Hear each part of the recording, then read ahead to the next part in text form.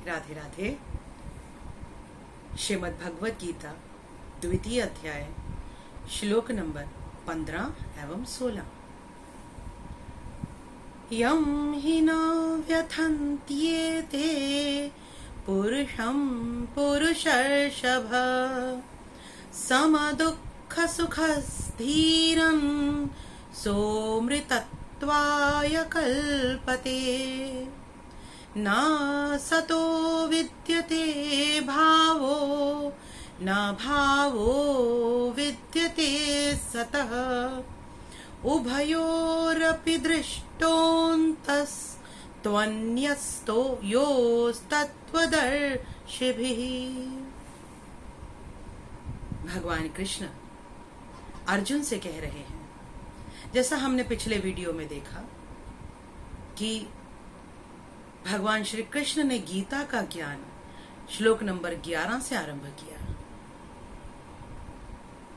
इससे पहले के श्लोकों में भगवान श्री कृष्ण अर्जुन से कहते हैं कि हे अर्जुन, ऐसा नहीं है कि किसी भी काल में मैं नहीं रहा या आगे के किसी काल में मैं नहीं रहूंगा। इसी तरह से हे अर्जुन, हे धीर पुरुष, ये जितने भी लोगों के लिए तुम शोक कर रहे हो, ये सभी किसी न किसी काल में रहे हैं और आगे के भी कालों में ये रहेंगे। तो प्रश्न ये उठता है कि जो पहले के कालों में भी रहे और आगे के समय में भी रहेंगे, यानी उनका अस्तित्व बरकरार रहेगा, तो उनके लिए शोक क्यों? अर्जुन क्यों दुखी है? अब आगे के श्लोक में भगवान श्री कृष्ण अर्जुन को समझा रहे हैं कि ये जो शोक है, ये जो दुख है, ये किस कारण से महसूस हो रहा है। तो अर्जुन रूपी हम सब भी ऐसे शोक से ग्रस्त हैं, दुख से ग्रस्त हैं। तो ये श्लोक जो है ये हम सबके लिए ही है, जो भगवान श्री कृष्ण हम सब में उपस्थित अर्जुन को समझा रहे हैं। अर्जुन से कहा उन्होंने कि तन मात्रा स्पर्शस्तु। ये जो तन मात्राएं हैं, तन मात्राएं क्या हैं? तन मात्राएं होती हैं हमारी कर्म इंद्रियों के जो विषय हैं। कर्म इंद्रियां हम सभी जानते हैं कि 5 इंद्रियां हैं, आंखें, नाक, कान, जिह्वा और त्वचा। हम जो कुछ भी अनुभव करते हैं वो इन्हीं इंद्रियों के कारण करते हैं, क्योंकि इन इंद्रियों से कोई पर्टिकुलर सब्जेक्ट कोरिलेट करता है, कांटेक्ट में आता है और हमें अनुभव होता है। तो भगवान श्री कृष्ण ने कहा कि जिस तरह से हे अर्जुन, तन मात्राओं के उनके पर्टिकुलर सब्जेक्ट के साथ रिलेशन होने से, यानी आसान भाषा में कहें तो जो हमारी इंद्रियां हैं, उन इंद्रियों का उनके पर्टिकुलर सब्जेक्ट के साथ जब कोरिलेट होता है, कोरिलेशन होता है, संपर्क होता है, कांटेक्ट होता है, जैसे त्वचा के साथ ठंडी हवा या गर्म हवा का, या किसी दूसरे शरीर का, किसी दूसरे त्वचा का, या आंखों के साथ आंखों से देखने योग्य विषयों का। अब वो विषय प्रकृति भी हो सकते हैं, वो खूबसूरती भी हो सकती है, वो कोई बुरी चीज भी हो सकती है जिसे हमने देखा, आंखों ने देखा और हमने महसूस किया। तो भगवान श्री कृष्ण कहते हैं कि ये अर्जुन, ये जो जितने भी सुख और दुख हैं, ये इन इंद्रियों के, उनके विषयों के संयोग के कारण महसूस होते हैं। तो तुम्हें खुद को इन इंद्रियों से डिटैच करना है, क्योंकि तुम ये इंद्रियां नहीं हो। और ये बहुत आसानी से समझ आने वाला विषय है। हम कहते हैं मेरी आंख, तो यानी वो मेरा कुछ और है, आंख मैं नहीं हूं। हम कहते हैं मेरा शरीर, मेरी त्वचा, मेरा हाथ, मेरे बाल, मेरा सिर, मेरा घर, मेरी कार, मेरे बच्चे। तो वो मैं कौन हूं? तो अगर ये आंखें मेरी हैं तो यानी मैं नहीं हूं, मैं कुछ और है। यही वहां भगवान श्री कृष्ण अर्जुन को समझा रहे हैं कि ये जो सुख और दुख है, ये इंद्रियों के विषयों के संयोग के कारण महसूस होता है, अन्यथा सुख और दुख का कोई अस्तित्व नहीं है। तो हे अर्जुन, जो धीर पुरुष, यहां पर बहुत अच्छा शब्द कहा है भगवान श्री कृष्ण ने अर्जुन के लिए, पुरुषर्षभ, अर्थात पुरुषों में श्रेष्ठ। हे श्रेष्ठ पुरुष, अर्जुन श्रेष्ठ क्यों है? दोनों कुलों से बहुत श्रेष्ठ हैं, और इसीलिए भी श्रेष्ठ हैं क्योंकि वो भगवान के बहुत ही अनन्य भक्त हैं, अनन्य प्रेमी हैं। इसलिए भी श्रेष्ठ हैं कि यहाँ पर युद्ध भूमि में उन्होंने भगवान को कहा कि मैं आपका शिष्य के रूप में हूँ, मैं सरेंडर करता हूँ और आप मुझे बताओ मुझे क्या करना है। क्योंकि प्रथम अध्याय के अंत में हमने देखा कि अर्जुन ने सरेंडर किया है भगवान श्री कृष्ण के समक्ष। तो जब हम सब सरेंडर करते हैं भगवान श्री कृष्ण के समक्ष, या उस प्रकृति के समक्ष, उस परम सत्ता के समक्ष जब हम सरेंडर कर देते हैं, तब वो स्थिति आती है, तब वो घटना घटती है जिसे हम कहते हैं कि आत्म साक्षात्कार होता है। अन्यथा हमारे प्रयासों से कभी भी उस प्रभु का दर्शन नहीं हो सकता, उस असीम सत्ता का अनुभव नहीं हो सकता, जब तक ही हम उसे सरेंडर ना करें। तो यहाँ भगवान कृष्ण ने कहा कि हे धीर पुरुष, यम ही न व्यथन्त्येते, वो व्यथित नहीं होते। कि जो धीर पुरुष हैं वो इन इंद्रियों से जो हमें सुख या दुख, सर्दी या गर्मी महसूस हो रही है, जो श्रेष्ठ पुरुष हैं वो इनसे व्यथित नहीं होते, दुखी नहीं होते। और समा दुख सुख धीरन, उनके लिए दुख और सुख सम होता है, एक जैसा होता है, वो धीर पुरुष है।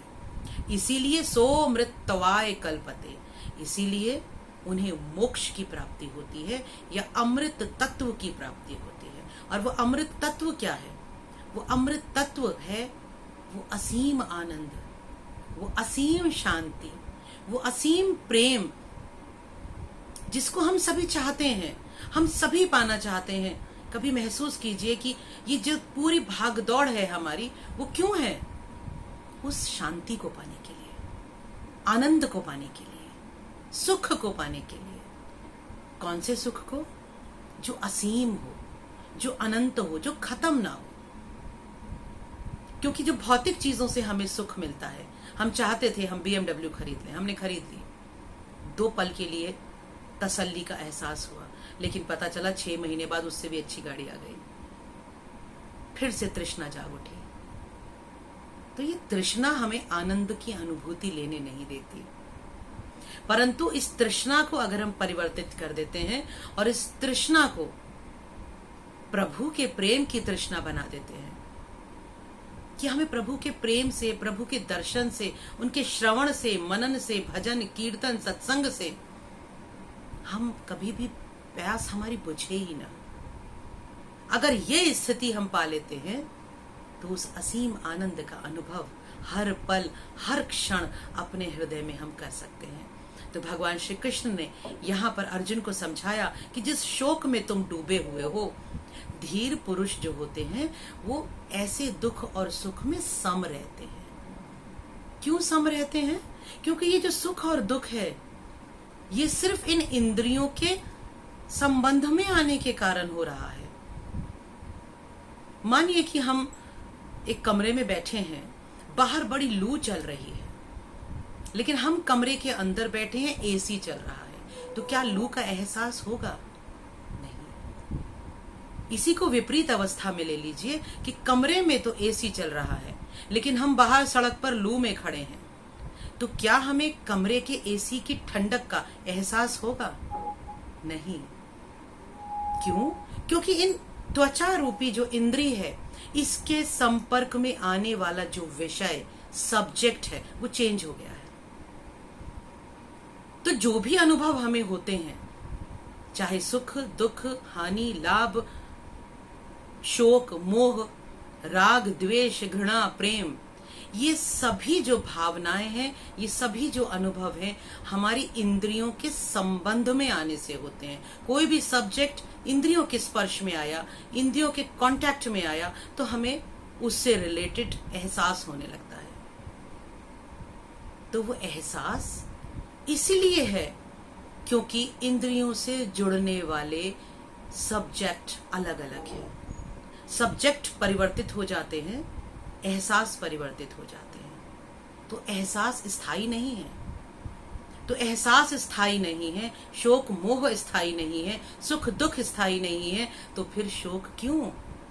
तो हे अर्जुन, आगे फिर कहते हैं भगवान कृष्ण, ना सतो विद्यते भावो, इस संपूर्ण सृष्टि में असत का तो कोई स्थान है ही नहीं,